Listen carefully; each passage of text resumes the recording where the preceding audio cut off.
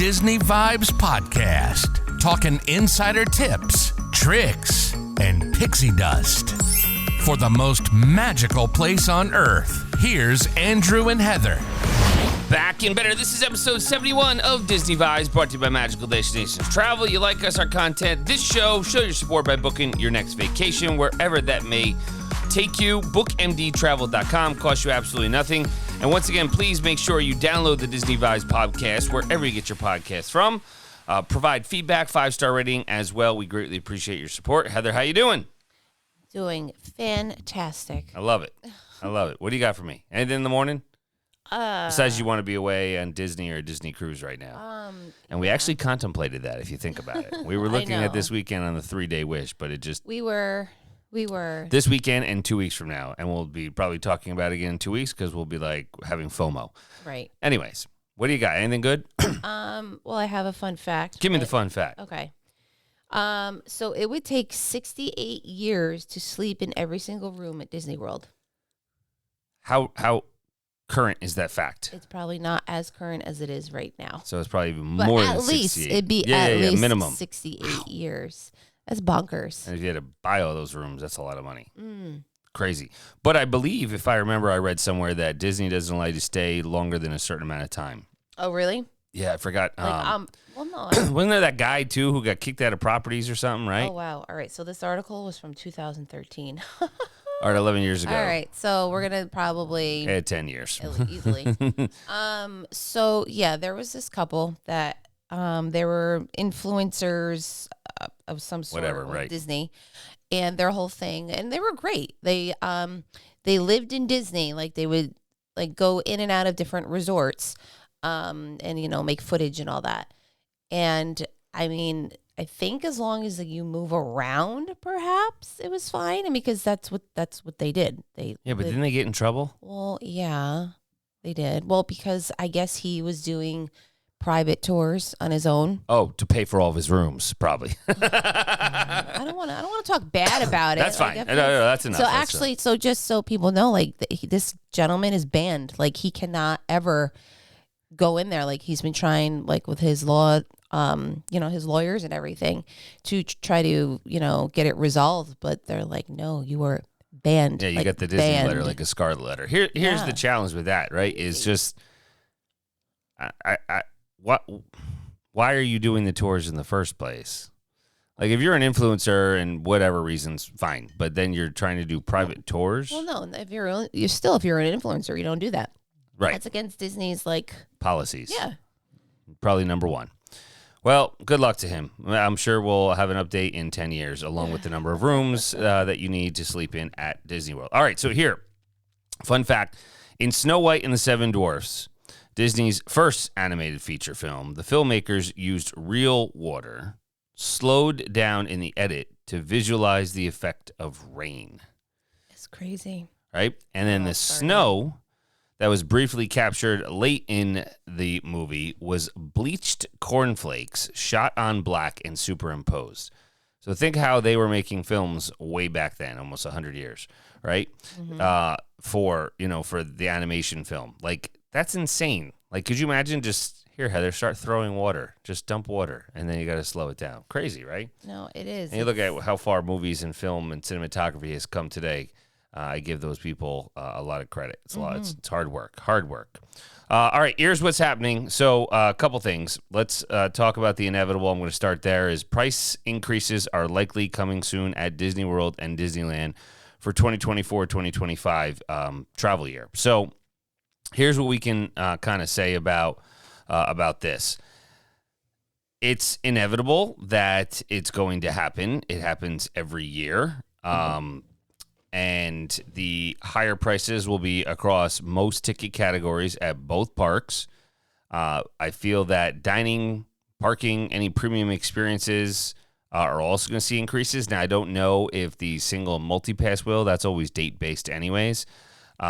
So that's one thing. What I would say is if you are exploring and going in 2025, I would lock in prices now with your agent with a package. Again, it's only $200 to put your package down, right, to save that rate. And then you can always if you have to cancel, you cancel or modify as needed. But the big thing is the operational costs, everybody, costs me more money, costs you more money, costs us more money, I should say, for anything that we want to do, eat, our kids' activities, everything costs more money. And couple that with the fact that there's been lower attendance. Right. It's going to drive price hikes because they still have shareholders to report to and report a bottom line. So they're trying to balance the guest experience and revenue growth at the same time. And the big part about that is, guess what? We got to raise our prices. It could be a hotel room hike, or it could also, I see more people are going to get hit at the parks with tickets and food. Any thoughts about that? I really don't want to talk about it. Okay. No, it's I'm not surprised. Right. I think it's just our Every year. our world right now. That fortunately, I don't see things ever becoming less expensive. No, I mean, well, let's hope. I mean, Who it'd be knows? really great, but just to. Yeah. Mm-hmm. So I got. if you are looking to go to Disney in 2025, please contact us, bookmdtravel.com, and make sure you start getting your quote today. Now, on the flip side, okay, which there will be deals that come out, but how good of a deal, you don't know. Universal, as we know, Epic Universe is opening in 2025, and Universal is offering right now up to a $1,000 dining card in select hotel and ticket packages. So, Oh boy. that is pretty much from now through the beginning of spring break. Mm-hmm.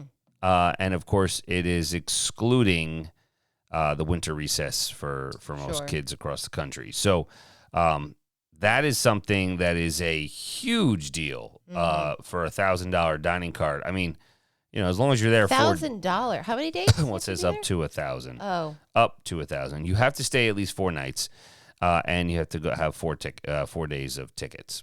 So,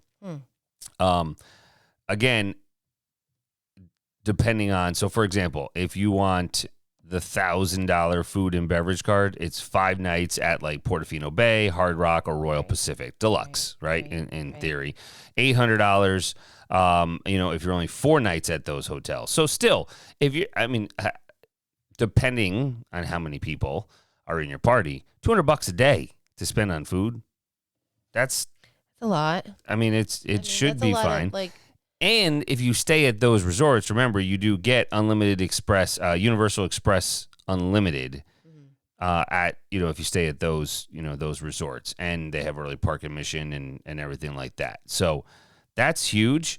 It does go down, obviously, if you're going to stay at Sapphire Falls or Cabana Bay. 5 nights is $600. 4 nights is $500. Again, and it'll keep tiering down depending upon where you want to stay, whether it's Aventura, Stella Nova, which is one of the new ones, Terra Luna, Endless Summer, Surfside Inn, and Dockside Inn. It's between 3 and 4, but still $300. I mean, that's $75 a day. Still, it is a deal that is kind of, I'd say, piques interest. I'd say so. So, and it's one, disclaimer, 1 food and beverage card per room, not per person, per room. So, definitely want to check that out. Again, you can contact your agent, and we can definitely help you get set up with Universal. Mm-hmm. So, and that's through April 10th. April 10th. So, one thing I wanted to kind of touch upon is, as someone said to me the other day, they were like, so you'll plan all my dining, right? And I'm like, yeah, we can definitely help you with dining. The hard part is now helping people with their single pass and multi-pass, because sure, you can get it set up ahead of time, but things change so quickly that if you're not using the app, like if you get a 5 o'clock return time for Slinky Dog, maybe it'll open up during the day. Maybe you decide you don't want to stay in the park that long. So sure, you can kind of have like a skeleton of it. Sure. Right. But it's tough. Dining, on the other hand, we can most certainly help. It's a lot easier. I mean, of course, you can still change it. Right. I mean, there's no doubt about that. You can still change your dining as much as you would like to. But it's it's easier for us to assist with that. So when we talk about dining, we talk about ADRs, which is Advanced Dining Reservations.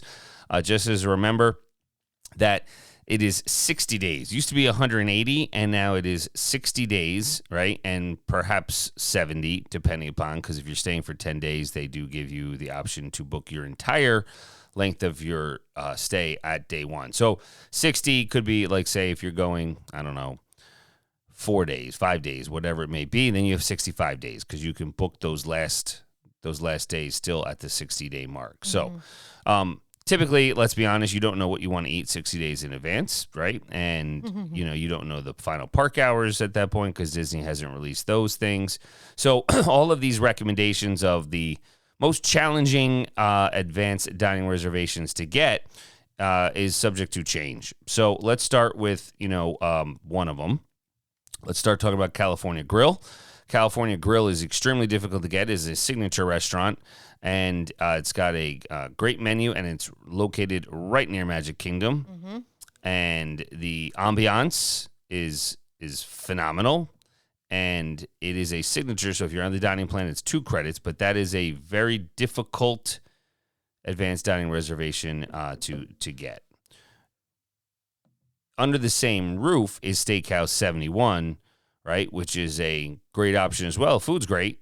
I mean, we've eaten there both lunch and dinner. Right. But that's kind of in the basement, so to speak, the first floor, I should say, of the Contemporary rather than the rooftop. So it's going to be a little different with your ambiance. Very challenging to get California Grill. Steakhouse 71, it wasn't difficult, but it's becoming a lot more challenging, I'd say now. Dinner at Teppanyaki, right? So let's talk about Teppanyaki. That is like a hibachi. They call it teppanyaki style steakhouse in Japan Pavilion of Epcot. And we've eaten there. We have. It is very challenging to get dinner, right, at Teppanyaki. So your best bet is to get lunch. Okay. It's usually more accessible at lunchtime. Now, lunchtime could be 3:55 before they close at 4. So it could be maybe an early dinner, right?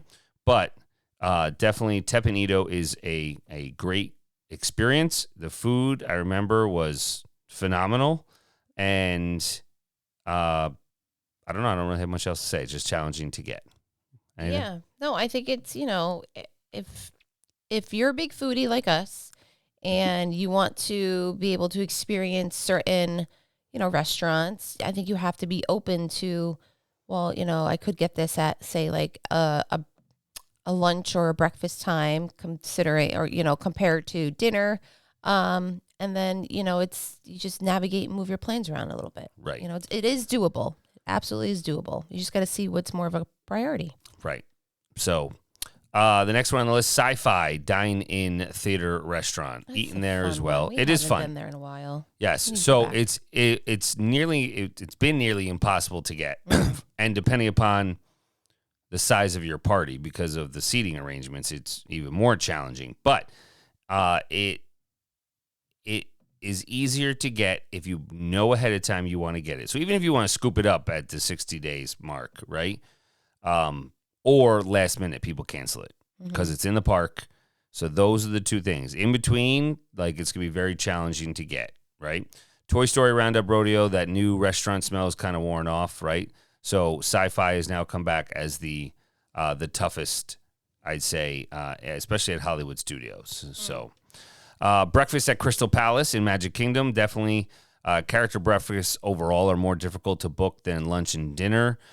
So most people want to start their day with the characters, plus breakfast is usually cheaper and has less inventory to book out far in advance.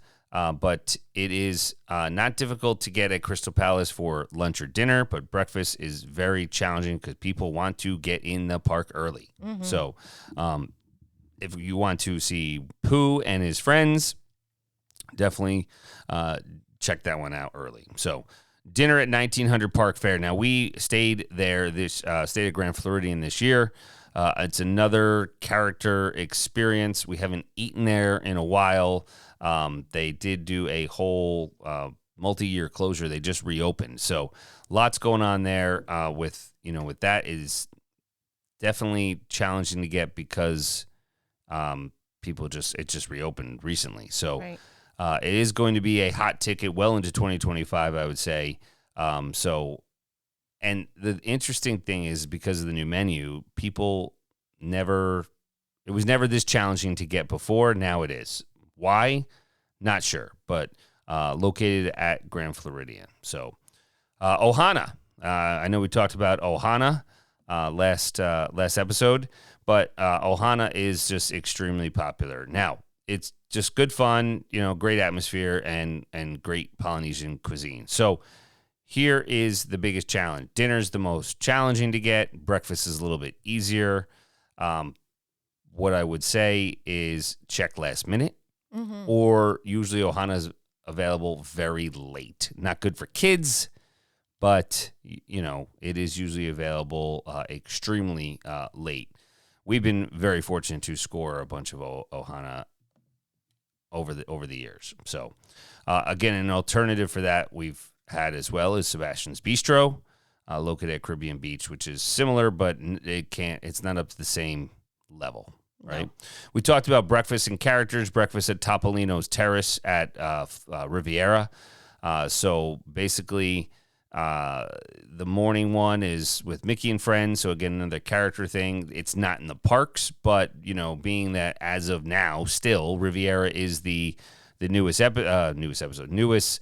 restaurant. I can't talk. Newest resort. Sorry. Resort. Not restaurant. Okay. Newest resort.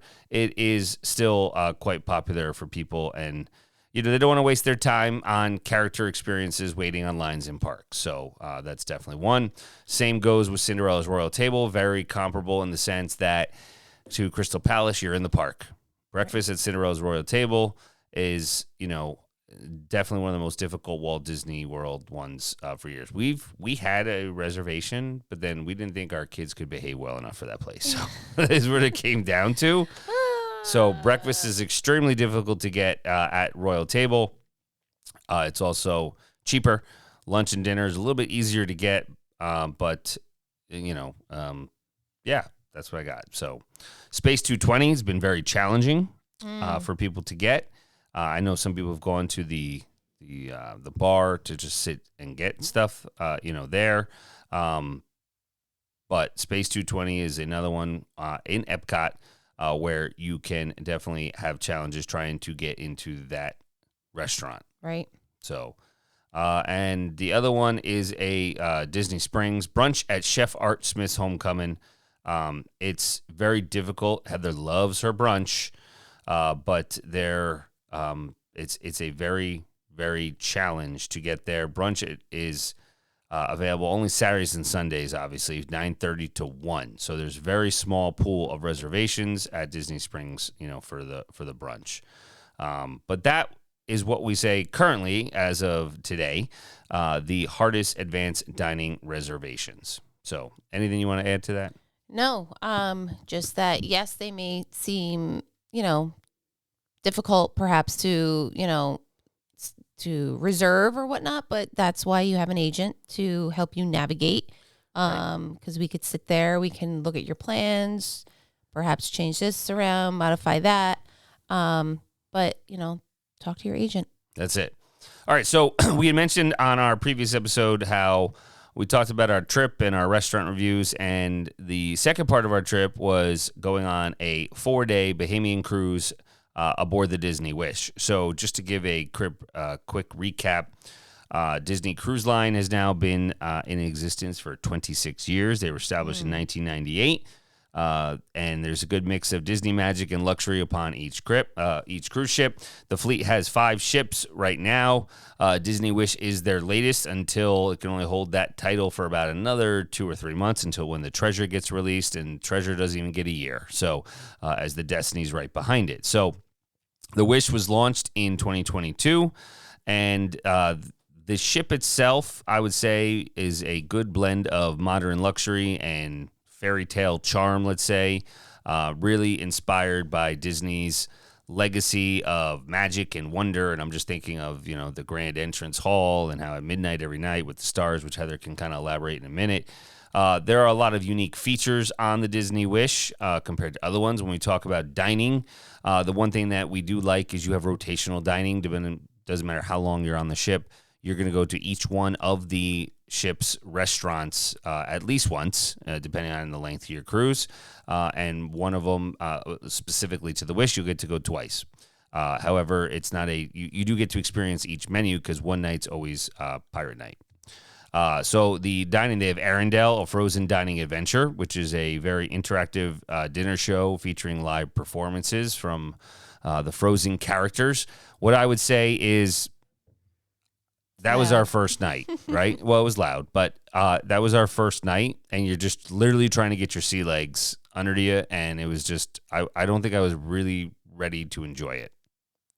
Ready to enjoy it. Well, I just was like, okay, we're trying to, just get our bearings on the ship, and that's all. I mean, that was my opinion. Okay. No. Food was fine. Food was great, but I don't even remember what I had that night, but food was great every night. So I just think I didn't get to... You didn't get to explore as much as you wanted to. Or experience it or really immerse myself in the environment. I agree. Well, so here's the other thing. This was our first time going on a cruise just as our family of 5. So when we got there, we didn't know where our table was. So we found it. And then there was another family there, and we didn't know that we'd be sitting with other people. So... Which was great. And they were great. They were wonderful, so kind. But, the dynamics of our family, I'm going to sound like a mom here. I'm staring at my children don't embarrass me. Eat with your utensils. Don't throw anything. Because we have these random, strangers here. And I'm like, okay. So I'm sitting on one side of the table, and the rest of you are sitting on the other side. And poor Braden's down in Timbuktu. I have no idea what my child's ordering. So, and then there's all this singing and dancing and excitement. It was wonderful, but it was a lot to take in because I wasn't expecting that, and it was our first time. Fair point. So, totally understand that. But I mean, would it deter me from ever? Oh, gosh, no. No, not at all. Never. So we learned something new. No, I think my whole thing would be, not that you get to choose, but I would like to have Arendelle on a different night. I don't want it on my first night to see. Right, because it's so interactive and engaging. Yeah. I get it. Right? So, all right, the other one is Marvel's Worlds of Marvel Dining, which is another immersive dining experience, Marvel-themed storyline, interactive elements, appearances from superheroes. We had Spider-Man. That was our final evening. Great. Food was great. Experience was great. Everybody got into it. It kept the kids involved. Mm-hmm. Ant-Man and Wasp was there. It was awesome. And then 1923, which is a very elegant dining celebration at Disney's, it's celebrating Disney's animation history, named after the year the company was founded. Phenomenal. Nothing else more I can say besides phenomenal for 1923. The atmosphere, the food, it was great. It was absolutely awesome. So the great things on the Wish as well, I mean, there's a lot of great stuff, but the first ever Disney attraction sees the Aquamouse, which is a thrilling water coaster that integrates storytelling and innovative water ride technology. Mm-hmm. Heather and I actually got to go on together for the first time. It was the only time I went on.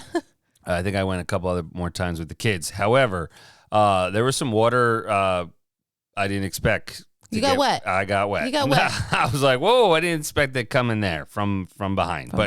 Yeah, it was phenomenal. They do have, a question we always get is, well, it's Disney Cruise Line. It's all Disney. It's Disney. Okay, theming and everything, but it's also the Disney treatment. There are a ton of adult-only spaces. There are. And I wouldn't say that it's... Oh, okay. So when I think of Disney theming, I think of... all-star resorts, that kind of theming. That type of theming, not obnoxious in a bad way, but in your face, giant, Dalmatians, theming, right? Oh yeah, no, this is that delicately is not. placed. This is elegant. Elegant, is that a word? Elegant. Elegantly, incorporated. Sure, in the main ballroom you have Cinderella. But I don't know, it's so well done, and it's not tacky. So for anyone that's Disney, I wouldn't even think of it in that regard, because it's not as I don't want to say cheesy or whatnot, but we did take advantage of the adult only areas, and it was great. I mean, we were in the back of the boat on the infinity pool. They had special music and bar and just lounges. Those lounges were amazing. Yep. And we were there like, I don't know, a couple hours, maybe 2 hours in between. Our kids were taking advantage of the whatever they were doing. Yeah, they did what they wanted. We did what we wanted. Again, our kids are 12, 10, and 7. Yep. So at that age point, they were comfortable to be in kids club, or they were in this one area. It's like a big gym. They had basketball, cornhole, ping pong, and they were there for the afternoon, basically. Yeah. And which was right below where the adult area was, and we were just talking through text to, check in and whatnot. But it was the first vacation that Andrew and I had time to ourselves. We went and got a cup of coffee at one point, and I told him, I was like, I feel like I'm neglecting the children, but they didn't want us. So. Yeah. And so it begins. Yeah, no. Right. So you will always hear me say cruising for us is my form of vacation, because it truly is a time where I feel more relaxed. Right. Comparable to the parks where you're always on the go with your kids or something like that. But there's a ton of adult-only spaces besides the Infinity Pool, right, which has the Serene Pool, cafe, a lounge, a lot of relaxation and tranquility areas at the Quiet Cove. There's Star Wars, the Hyperspace Lounge. There's the Bayou, the Rose. There's a ton, which we did go to the Rose. We didn't get to go to the Bayou, but there are so many lounges. We passed it, yes. I understand. But there are so many lounges and spaces to relax and have a cocktail or whatever it may be. Heather will put up my smoke drink that I had. I already did, but okay. I'll do it again. Yeah, we put that up again. So, and then as far as entertainment goes, it's second to none. There is, of course, Senses Spa and Salon. Massages, facials, any relaxation experience you want. We were able to experience that as well. It was great. For the kids, the Oceaneer Club, it's amazing with what they do there, and they absolutely have a great time. There's the Midship Detective Agency on board. We didn't really get to use that. The kids did use, is it Edge, right? Yes, Edge is the middle age one. Right, Oceaneer Edge vibe. So the kids loved Edge. And then there's all the theaters, right? The Walt Disney Theater, the D Lounge, Adventure Isle, right? So the Adventure Isle has all those splash zones and everything like that. The D Lounge has tons of games, activities that Heather just mentioned. And the Walt Disney Theater is home to the Broadway-style shows that you will see. We saw The Little Mermaid and, of course, Aladdin. They were both phenomenal. And then the other one was some Disney-themed one specific. I don't remember, the Make-A-Wish or something. Oh, the day one, right? Yeah. So, so we can't say we would go back on the wish like we said previously. Tomorrow. Yeah, we were going to. No, I'm just kidding. Maybe not. But definitely the way Heather kind of said it was magic and luxury combined, and then really gives you a chance to relax. I would say there's a definitely blend of Disney's touch of enchanting experiences with really high-end amenities, in the cruise. It's definitely a standout choice, I would say. If you never experienced Disney Cruise Line versus other cruise lines, you definitely want to check it out. And there's all kinds of exclusive experiences because they are the only ones I know still that has the pirate night and the themed pirate show and the fireworks set off to the sea.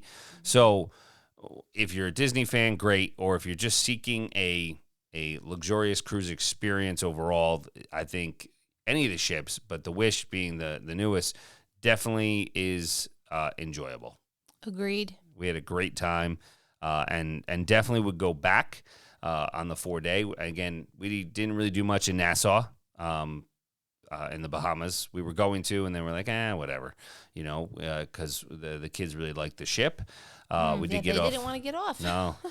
Castaway Cay, we did get off. We enjoyed it. That's always phenomenal. Can't wait to go to Lighthouse Point, their new island. And then we were fortunate enough that because the weather was just a little bit overcast, or there was a little bit, wasn't the most pristine conditions at Castaway Cay when we first went there, we went back instead of having a day at sea. So we actually had 2 stops at Castaway Cay and no days at sea. So it was overall that was a nice surprise, and it was great. So you want a cruise, you want some details on cruising because the Treasure, as we have mentioned, is releasing in December and replacing the Fantasy, and then the Destiny is launching next November on 5-night ones. So there's a lot of things coming down the pike for Disney Cruise Line itself.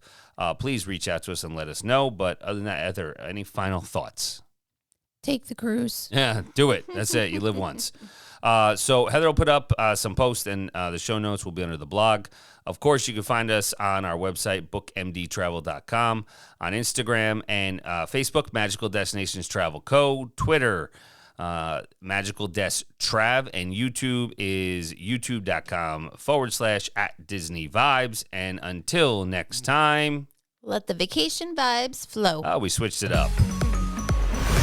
Find Disney Vibes for all your vacation needs on the web at bookmdtravel.com.